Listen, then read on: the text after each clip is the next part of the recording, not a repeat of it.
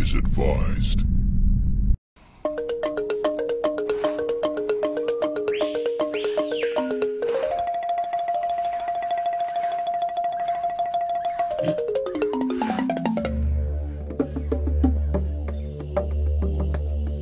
In the era before serial killers were pillars in the news, one of North America's most terrible and prolific killers was a man named Earle Nelson.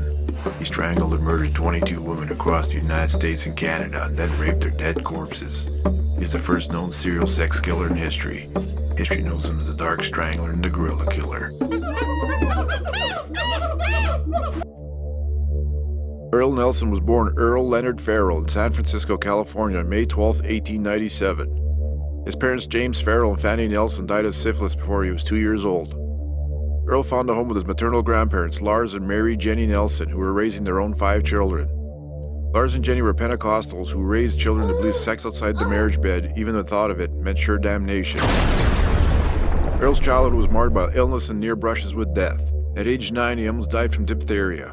When he was 10, he was hit by a streetcar while riding his bicycle. He sustained an injury to his temple and remained unconscious for 6 days. Earle recovered physically. Mentally, he was never the same. He suffered from bouts of headaches, erratic behavior, memory loss, and developed morbid disposition. Earle became a withdrawn and sullen child, afraid of anything God might regard as unholy. Described as a psychotic prodigy, Nelson exhibited increasingly bizarre and manic behaviors in his childhood, such as talking to invisible people and quoting scripture from the book of Revelation at the top of his lungs. Woe to you, O earth and sea. As a preteen, Earle refused to eat the food prepared for him. Instead, he threw scraps of food on a plate and mixed it with a bottle of olive oil.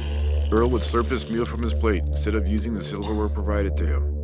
His grandmother noted occasions where Nelson would embark to school in freshly cleaned clothes and return home in rags, as though he had changed clothes with the homeless person. When his grandfather offered him clean clothing, Earle traded it for ragged clothing.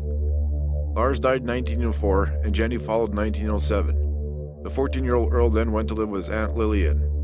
In his early teenage years, Earle also started drinking and began frequenting brothels and bars in San Francisco's Barbary Coast red light district and contracted a venereal disease. As he progressed through puberty, Nelson grew into a stocky, physically fit young man. Though Earle wasn't tall, he developed distinctively large hands and feet.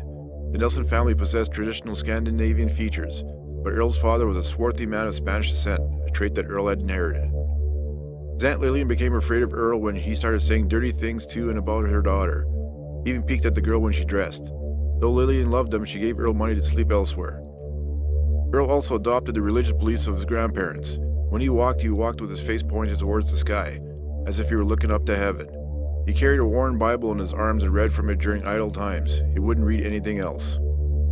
Nelson began his criminal career at the young age of 18. He was arrested for robbery on July 28, 1915, and sentenced to 2 years in San Quentin State Prison in California. In 1917, Earle enlisted in the United States Army, but deserted 6 weeks later. He next used an alias to join the Navy, but deserted again. In 1918, a naval psychiatrist interviewed him. Nelson spoke of hallucinations and other paranoid delusions. He had seen faces, heard music, and at times believed people were poisoning him. Voices sometimes whispered to him to kill himself, and said that if he were kept in jail, he would get something sharp and cut the veins in his wrists. After 2 escapes, he was discharged on May 17, 1919. His file with the hospital was closed with a note indicating he had improved. Nelson subsequently acquired a job working as a janitor at St. Mary's Hospital using the pseudonym Evan Fuller. There he met 60-year-old Mary Martin, an administrator worker. The two began to date and were married in August 1919. Their marriage, however, was short-lived, as Nelson made her life a living hell. With his jealous rages, bizarre sexual demands, religious delusions, and increasingly violent behavior, and the unusual bathing practice that entailed him pouring glasses of water over his toes. Needless to say, she left him after 6 months of marriage. On May 19, 1921, Nelson posed as a plumber to enter the residence of 1519 Pacific Avenue in San Francisco and attempted to molest 12-year-old resident Mary Summers in the basement. His attempt was thwarted when she screamed attracted to help from her elder brother. Nelson fled but was captured hours later while riding a trolley. At a competency hearing, the judge sent Earle to Napa State Mental Hospital after finding him insane. Doctors believe Earle was incurably insane and recommended he remain institutionalized for life. He escaped on 2 occasions before being discharged from the institution in 1925. Little did they know the worst was yet to come from Earle Nelson. Most stories online won't name all of his murder victims, but I will in respect for their memories and Earle Nelson's good time. On February 26, 1926, Clara B. Newman, 60, San Francisco, California. March 2, 1926, Laura Beale, 63, San Jose, California, strangled and raped after death. June 10, 1926, Lillian St. Mary, 63, San Francisco, California, strangled and raped after death. June 24, 1926, Ollie Russell, 53, Santa Barbara, California, strangled and raped after death. August 16, 1926, Mary C. Nisbet, 52, Oakland, California, strangled and raped after death. October 19, 1926, Vita Withers, 35, Portland, Oregon, strangled and raped after death.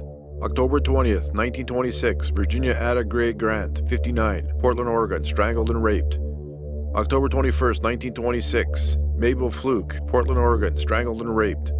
November 18th, 1926, Anna Edmonds, 56, San Francisco, California, strangled to death with a rag and raped. November 23rd, 1926, Florence Monks, 48, Seattle, Washington. Body discovered by her caretaker, stuffed behind the basement furnace of her Capitol Hill home. Nelson later gave Monks stolen jewelry to 2 Portland women as gifts. November 29, 1926, Blanche Myers, 48, Portland, Oregon, strangled and raped in her home. Fingerprints are found on her iron bedposts. December 2, 1926, Mrs. John Berard, 41, Council Bluffs, Iowa, strangled to death and raped. December 27, 1926, Bonnie Pace, 23, Kansas City, Missouri, strangled to death and raped. December 28, 1926, Germania Harpin, 28, Kansas City, Missouri, strangled to death and raped. December 28, 1926, Robert Harpin, 8 months, Kansas City, Missouri, infant son of Germania Harpin, strangled to death with a diaper. April 27, 1927, Mary McConnell, 53, Philadelphia, Pennsylvania, strangled and raped in her home. Several articles of jewelry, including a watch, are stolen. March 30, 1927, Jenny Randall, 53, Buffalo, New York, strangled and raped. Body discovered stuffed underneath a bed in her home. June 1, 1927, Fannie Mae, 53, Detroit, Michigan, found dead in a boarding house she operated as a building manager. Garroted with electrical wire, strangled and raped. June 1, 1927, Maureen Dorothy, Detroit, Michigan, strangled and raped. June 4, 1927, Mary Sitzma, 27, Chicago, Illinois, found by her husband, strangled with an appliance cord and raped. The killer slipped into Canada unnoticed. On June 8th, the man called himself Mr. Woodcott's checked himself into Miss Hill's boarding house on 133 Smith Street in Winnipeg, Manitoba. That day, 14-year-old Lola Cowan went door-to-door in her Winnipeg neighborhood, selling artificial flowers made by her sister Marjorie. She never came home. Mr. Woodcott's left suddenly and didn't close the door to his room. Miss Hill came in to clean the now vacant room and failed to check under the bed. She rented the room out again within 3 days. The new tenant discovered the body of little Lola shoved beneath the bed. She had been savagely mutilated and raped. On June 10, 1927, Nelson spots a room for rent sign at the home of William and Emily Patterson at 100 Riverton Avenue in St. Boniface. He offers to do repair work in lieu of rent and attacks Emily with a hammer he had been using to fix a screen door. He then strangles her and leaves her naked body under her son's bed. He also stole a whipcord suit, gold wedding ring, and $70. He then went out and got a shave and a haircut. Immediately, Canadian police broadcast a description of Mr. Woodcott's all over the radio. They also cautioned women not to allow strangers in their homes under any pretense, especially to rent a room. They offered her a $1,500 reward. Police recognized the man they sought after was the guerrilla killer of the United States. Investigators predicted the killer would head back to the United States and alerted railroad employees to be on the lookout. The day after the Patterson murder, a local jeweler named Fred England purchased a wedding ring and suit that turned out to be those stolen during the crime. The man who sold the items went to the barbershop next door for a shave and a haircut. Dried blood and scratches covered the man's scalp. When the barber, Nicholas Tabor, asked about him, the man grew irritable and told him not to touch the injuries. On June 16, 1927, police in Killarney, Manitoba arrested the man who matched the killer's description. The man called himself Virgil Wilson, who was calm and collected. He was not the raging murderous devil the constables expected. Nevertheless, constables kept him in jail. Virgil found a file in his jail cell and used it to escape that evening. He attempted to flee to the States by hopping a train. The train he chose happened to be transporting members of the Winnipeg Police. Within 12 hours, Virgil found himself jailed at the Rupert Street Police Station. Constables booked him in, took his picture and fingerprints. The photograph was attributed to police stations throughout Canada and the United States. Several witnesses confirmed that this Virgil Wilson was the same man they encountered during the U.S. murders. San Francisco police matched Virgil's fingerprints to those of Earle Nelson. They also matched fingerprints and teeth marks to those found at crime scenes. Earle Nelson was the guerrilla killer. At first, Earle admitted the crimes. Later, he recanted his confession and insisted he was innocent. Earle Nelson's murder trial began November 1st, 1927 in Winnipeg, Manitoba, Canada, and was heard by Justice Andrew Dysart. The prosecutor was R.B. Graham. Earle's ex-wives testified that Earle was insane and couldn't be responsible for his actions. It was indisputable that he possessed Emily Patterson's jewelry and that he had rented the room where Lola Cowan's body was found. Attorney Stitz didn't attempt to argue Earle's innocence. Instead, he asked the court for clemency because Earle was insane. The jury took no pity on Earle, sane or not. Earle Nelson was handed a swift death sentence on November 5, 1927. Early in the morning of January 13, 1928, Earle Leonard Nelson was hanged for the murders of Emily Patterson and Lola Cowan at the Vaughan Street Jail in Winnipeg. Earle's last words were, "I am innocent. I stand innocent before God and man. I forgive those who have wronged me, and ask forgiveness for those I have injured. God have mercy."